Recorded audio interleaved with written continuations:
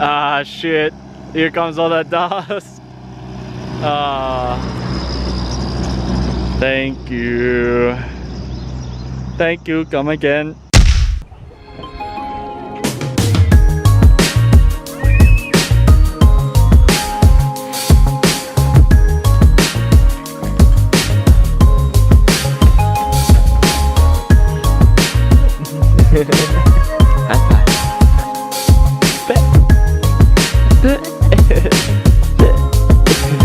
Happy baby. Yeah. Look at you. It's you. Who's that there?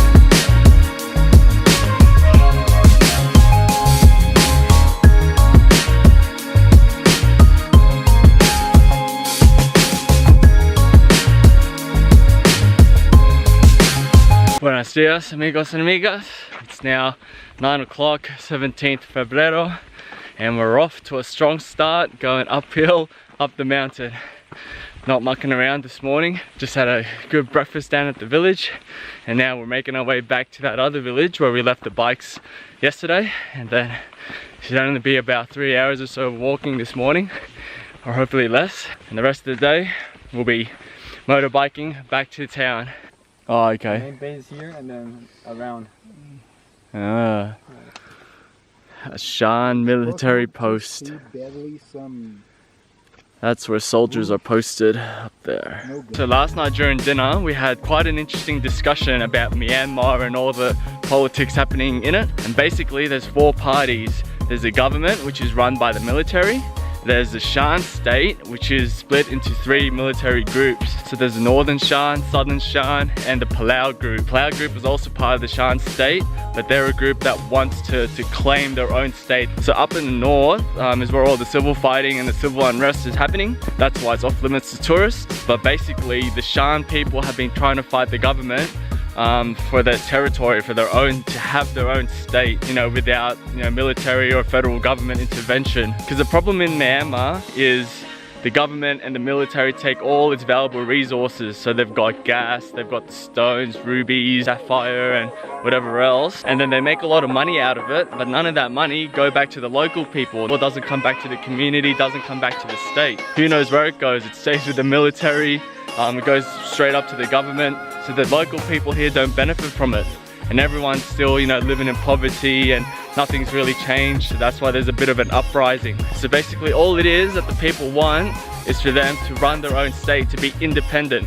That's what they've been fighting for, their independence, to be an independent state and for them to run their own state. So similar to how Australia is, so there's local government, state government, and federal government.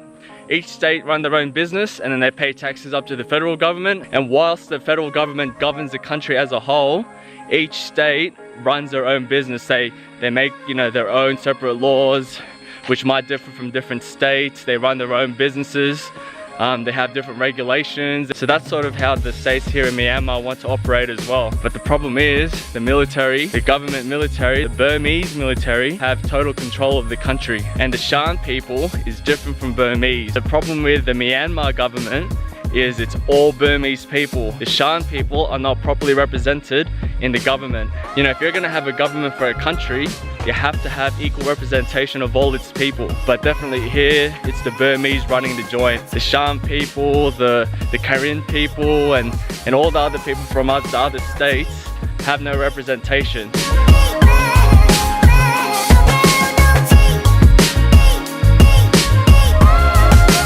Which one? The big one. Ah, yes, nice and close. So we just have to walk through there and to that village where the motorcycles are waiting for us. What was your name again? I'm Rex. Rex. So doing the trek with us is Rex from Hong Kong. Yep. And from our interesting discussions last night, I only found out that if you're from Hong Kong, you don't necessarily identify yourself as Chinese, or you don't at all, or you do. We are culturally Chinese. Yes. But in the modern sense, political sense, we are not that Chinese at all. So Hong Kong is also trying to get independence from China. I think it has been in discussion for many years, but before Hong Kong people don't think that is possible. But I think the sentiments from the young people changes over time. So it's like Taiwan, that because they feel more and more distant from China, because the Chinese government didn't really rule Hong Kong. Their aim is not to be a separate country. They just want to run their own separate state, like a separate. I think Hong Kong people are very practical, as long as our resources and our rights are protected. We don't really care about it is a like our own country, or is it a province, or is it a special administration region. So it's really about how we get back our resources. Yeah. It's like running your own sovereign state. Run independently, but you don't mind being underneath the Chinese government. And the other areas that are sort of in a similar position is Taiwan and Tibet.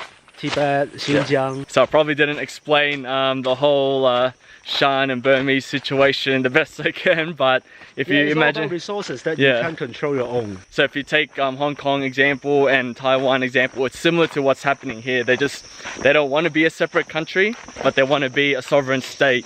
They want to be able to run their own state, run their own resources, not have, you know, like the federal government or the military come to your backyard, take your resources and not give anything back, you know.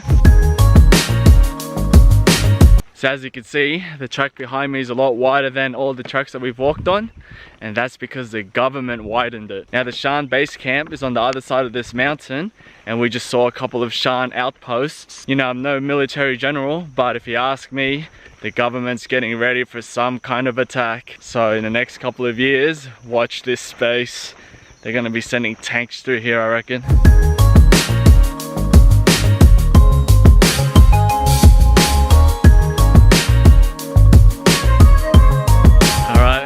Back at the village now that we left the motorbikes. A cruisy 2-hour walk only. I think we did just a bit over 8K, so pretty good walk for this morning. And I don't think I've introduced you yet to the video. This is Joy, a trekking guide. How's it going, mate? So that was a good two-day trek, was it? Yeah, it was nice. And now we are hoping to get a nice motorcycle ride later on. Is it going to be a longer motorcycle ride today? Till like 4 o'clock in the evening. Ah, nice. Very good, because yesterday was only like 3.5 hours, 4 hours. We do more today. All right, that's what I like to hear. So how long have you been doing this for? Nearly for 12 years. 12 years since you were 16, you said? Yeah, 16 years old. And we're the same age. High school. We're the same age. But yeah, a little bit younger. Yeah, a little bit younger. 1 month later, turn 28. Yeah. Then it's all downhill from there. Then have you heard of that term? What do you mean that downhill? You know, when you're getting older, it's all downhill. You're over the hill. No. Usually when you get older, when you pass 30 or 35, you go, oh, it's all downhill from here. Like, because then, you know, you're not as strong. You always get like, you know, aching muscles and aching bones. Yeah, and I thought like people use that you are over the hill. It means that you're getting older. Nah. Yeah, so around about the same age, and you only got your license 3 years ago. Yes, so Joy now is an official trekking guide based in Kyaukme, and it's definitely a less touristy area. So when I arrived there on the bus yesterday, I was the only person that got off the bus. Everyone else was going to Sipao. Some tourists don't even know the name of my town. Yeah, which is kind of a good thing, but you are getting more and more. It's not good for the guide. Yeah, it's not good for you. Tourists like they want to have the unique experience. Yeah. Going to places where nobody goes. Yeah. Because this isn't on the Lonely Planet books, this isn't on TripAdvisor websites. Well, it might be, but it's not popular. And the only reason I found out about this place is because it was by word of mouth. Like, this Dutch girl did it, and yeah, she was like, I should do this because it was the highlight of her trek, she said. Yeah. I was the highlight of her whole Myanmar trip. Yeah, and it's only small groups, so there's only 4 of us plus 2 guides, and we did not see one single other tourist or backpacker in the 2 days, not one single one. Where we ate, where we slept. All the backpackers that I made, they're all asking the trekking guides, where's it, can you take us to a trek, can you take us away where there's no backpackers and tourists, right? Yeah. But they all look for the information in the same place. They all have the Lonely Planet book, they all go to TripAdvisor, so of course you're gonna see other tourists in those treks. So if you don't want to see any tourists, this is definitely the place to go. And Joy here is definitely the man to take you around. I'll link your Facebook on the bottom of my thing. Check it out, links on the bottom. It's Johnny and you, right? Yeah, Johnny, me, and then a new friend. Yes. It's gonna be a cool guy too. Yeah, what was your name again? No main. Yeah. Alright, so the 3 amigos. The three amigos. Yeah. You know amigo? What is it? It's a friend in Spanish. It's just, yeah. You speak in English, you're not speaking Spanish. Oh yeah, and how many languages do you speak? You speak like 3 or 4 I languages. speak 4 languages. 4 languages, and quite fluently as well. I'm learning French now. So how to get French customers? Parlez-vous français? That's already better than me. Au revoir. Bonjour. Bonjour. I thought it was like bonjour before, and they're telling me it's Bonjour. Bonjour with the oohs and the ooh. It's English, Chinese, Shan, Burmese. and Burmese. And like what I said before, Burmese and Shan are 2 different languages. Oh, we smashed it this morning. 9 Ks in 2 hours. And yesterday we did around about the same in 3.5 hours. So we started off yesterday at Kyaukme, motorbike through down there, all the way up through that light blue, and then left the motorbikes in this town where we are. And then last night and this morning, this is where we trekked. And this is where Kyaukme is relative to Mandalay, Pianor Win, and Sipao. The mobile market has arrived. Mobile grocery store. Plums.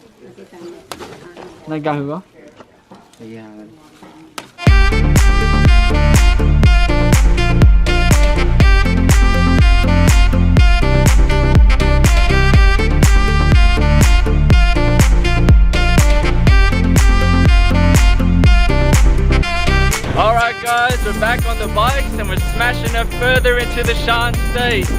It's not over yet. It's about 30 minutes to our lunch stop, and then a couple more hours of biking, making our way out. And look at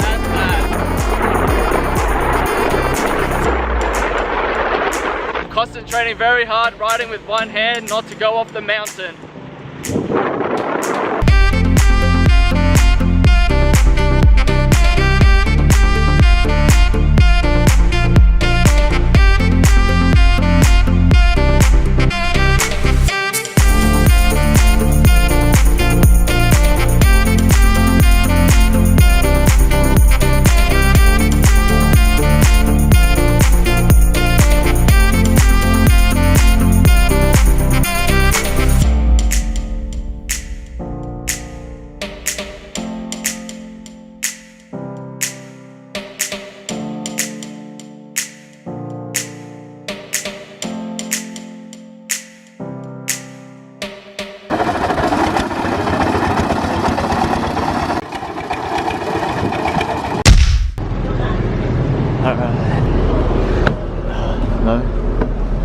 Oh, what is this? This one? Okay. Well guys, guess I'm off. That was a fucking rushed afternoon. 1 minute on a motorbike going through the mountains. Next minute I'm on a bus heading out of Kyaukme. Everything's going according to plan. We made it back from the track in time for the bus. And now this bus just has to get back to Yangon on time so I can make my flight. It is, however, a little bit more expensive. I had no idea how much it was going to be while I was doing it, but it was 80 bucks, 80,000 for 2 days. So 40 bucks a day for having my own bike as well. It's a tad bit cheaper if you join a bike, like $35, so it's not that much cheaper. I'd rather go on my own. Compare that to the Cloud trek, I only paid 45 bucks for 3 days. But you know, I didn't mind. It was definitely worth the experience. So if you do have a little bit of extra dosh to spend, definitely do this trek. And it's one that's certainly off the beaten track. There with all the locals, everything's very authentic, very traditional.